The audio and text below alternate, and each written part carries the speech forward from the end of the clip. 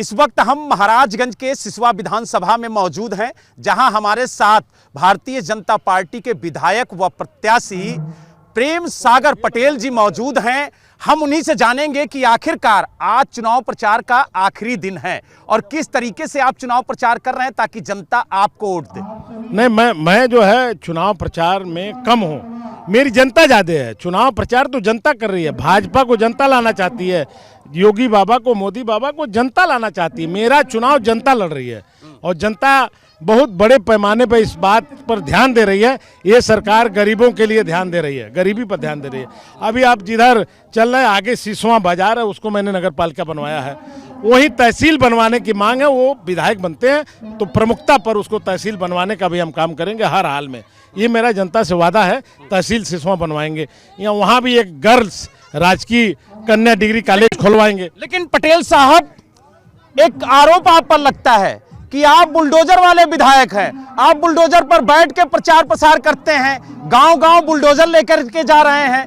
तो ये बुलडोजर वाली राजनीति क्या है? यहाँ ज्यादातर माफिया जो है जमीनों का कब्जा किए हैं, फर्जी जमीनों का। कलकत्ता का आदमी यहाँ जमीन कब्जा करके बसा हुआ है, उसका नामकरण नहीं है, अवैध रूप से है। तो ये बुलडोजर इसीलिए हम लोग चाहते हैं कि उन पर चलाएंगे और वो खाली करा के गरीबों में हम बंटवाएंगे जो अवैध जमीनों को लोगों ने कब्जा किया है।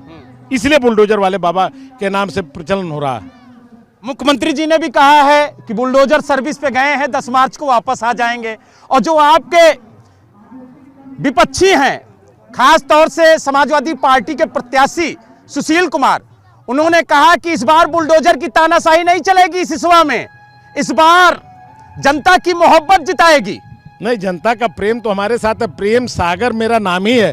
प्रेम करते हुए सागर में स्नान करके मेरे साथ खड़े हैं लोग। वो सागर में स्नान करके कमल के फूल वाले बटन को दबाएंगे और भाजपा को लाएंगे। यहाँ कोई विपक्ष नहीं है, विपक्ष समाप्त हो गया है। सिर्फ नेता प्रेम सागर पटेल है जो नेता के रूप में यहाँ जाना जाता है। लोग आज हमको नेता जी कहते हैं, प्रेम सागर जी कोई नहीं कहता है। तो यहाँ के जनता जो है, जो प्यार दे रही है, जो गरीब लाचार दबे कुचले लोग, जिस एरिया में हम खड़े हैं आज रैली कराने के लिए, सबसे गरीब एरिया है। हम 5 साल में अभी तूफानी दौड़ा करके सड़क तो बनवाए, तूफानी विकास नहीं कर पाए। इस 5 साल में उनका तूफानी विकास होगा। हर रोजगार के लिए अपने पैरों पर नौजवान खड़ा होगा, पलायन रुकेगा और यहाँ उद्योग धंधे की जाल हम बिछाने का प्रयास करेंगे। सीडा को यहाँ ले आएंगे ताकि छोटे छोटे लघु उद्योग लगे, रोजगार मिले, लोग अपने पैरों पर खड़े हो सकें। बाहर जो दौड़ दौड़ के जाते हैं वो जाना। अगर सिसवा की बात करें तो यहाँ पर किसानों का एक बड़ा मुद्दा है, गन्ना भुगतान का। और इस वक्त हम जिस जगह खड़े हैं ये किसानों की बड़ी बेल्ट है। हम अपने सहयोगी से कहेंगे कि एक बार जरा दिखाएं कि यहाँ पर आपको फसल लहलहाती हुई नजर आएगी, क्योंकि ये तराई क्षेत्र है और कहा जाता है कि उत्तर प्रदेश का ये आखिरी गांव है, इसके आगे नेपाल का बॉर्डर शुरू हो जाता है। अगर विकास की बात करें तो ये इलाका विकास से काफी ज्यादा अछूता है।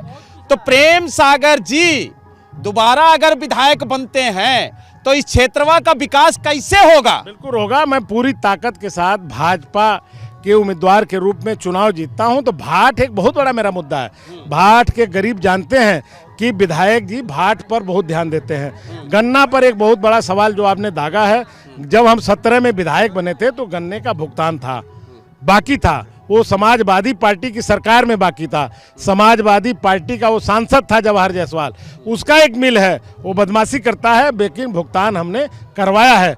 14-15 का भुगतान करवाया, 16-17 का करवाया, 18 के भी करवाया है। पिछले साल का 14 करोड़ रुपया अवशेष है, उसके खिलाफ कार्रवाई हो रही है, भुगतान नहीं रहा। इस बार वो मिल हम चाहते थे न चले, लेकिन जनता चाहती थी कि चलवाया जाए किसी तरह। जब चलवा दिया तो जनता ने गन्ना देने के लिए मना कर दिया, अपना गन्ना दूसरे जगह बेच दिया, लेकिन उसको नहीं दिया।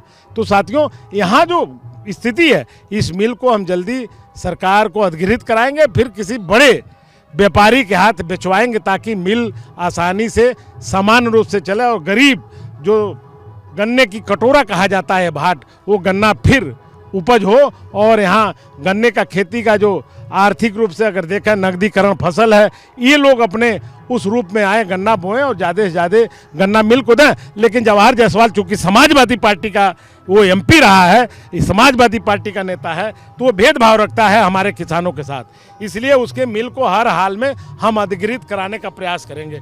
उसमें सुप्रीम कोर्ट ने एक निर्णय दे दिया है, इसीलिए हम पीछे हो गए हैं। सुप्रीम कोर्ट को हम चैलेंज नहीं दे सकते हैं, सरकार दे नहीं सकती, लेकिन आने वाले दिनों में उसको हम अधिकृत करा करके किसी को बेचवा करके और वो मिल जो है दूसरे को दे करके हम चाहेंगे वो मिल चले और गन्ना की पेराई हो, गन्ना लोग बोएं। आज चुनाव प्रचार का आखिरी दिन है, तो कैसा जन समर्थन मिल रहा है आपको? क्योंकि शाम 5 बजे के बाद तो फिर जनता तय करेगी कि उसका विधायक कौन हो। जन समर्थन नहीं, जन सैलाब मिल रहा है। रोकने से जनता नहीं रुक रही। किसी भी लोगों से पूछिए, वो जोगी और मोदी के, जो जोगी को राशन वाले बाबा का नारा उत्तर प्रदेश में नामकरण हुआ है, यहाँ के मुसहरों ने दिया है, यहाँ के गरीबों ने नारा। बुलडोजर वाले बाबा के नाम से भी जाने जा रहे हैं। हाँ, बुलडोजर वाले बाबा के नाम से भी जाने जा रहे हैं। वो लोग पता है जो बड़े बड़े लोग हैं, जो माफिया लोग हैं, यहाँ जमीनों का कब्जा किए हैं, उस पर बुलडोजर चलेगा, हर हाल में चलेगा। गरीबों को हम वो जमीन जो है वो घर।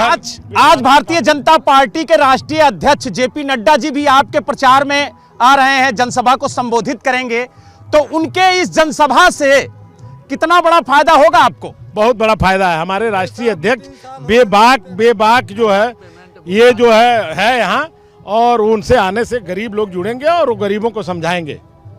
आपसे आखिरी सवाल, अगर प्रेम सागर पटेल जी विधायक बनते हैं तो वो कौन से 3 मुद्दे होंगे जिन्हें सबसे पहले करेंगे? वो एक तो विधायक बनते हैं, 3 मुद्दे में सबसे पहले इस भाट में एक गवर्नमेंट डिग्री कॉलेज हम ले आएंगे, एक टेक्निकल कॉलेज लाएंगे, ताकि ये लोग अपने पैरों पर शिक्षा के मामले में धनी हो सकें।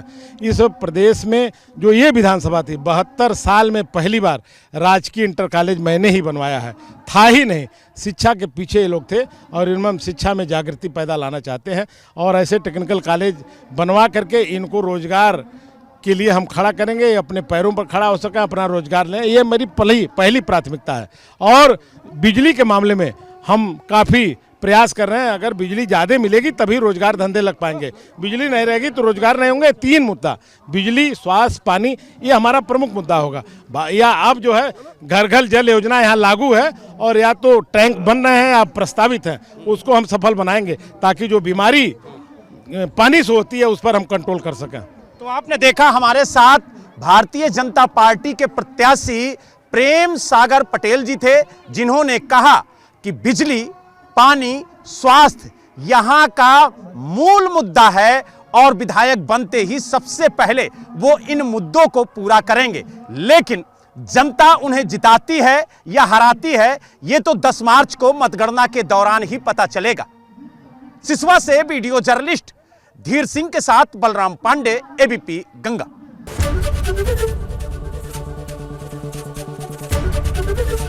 एबीपी गंगा, खबर आपकी, जुबान आपकी।